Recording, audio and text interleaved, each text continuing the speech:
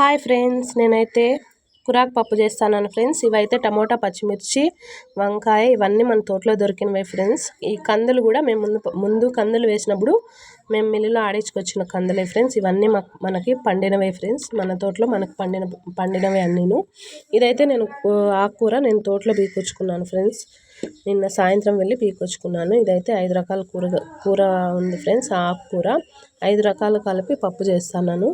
5 రకాల ఆకుకూర అయితే ఉంది. మనం మామూలుగా అయితే మెంతికూరతో మీరు చేసుకుంటారు. మెంతికూర కూడా నేను పోసాను, ఇంకా చిన్నగా ఉంది ఫ్రెండ్స్, రాలేదు. కొత్తిమీర అయితే వచ్చింది. అందుకని ఇలా తోటలో దొరికిన ఆకుకూర అయితే తెంచుకొచ్చాను ఫ్రెండ్స్.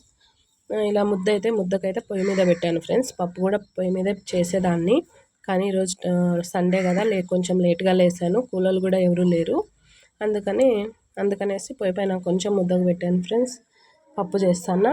మధ్యాహ్నానికి రైస్ చేసుకుంటాం ఫ్రెండ్స్.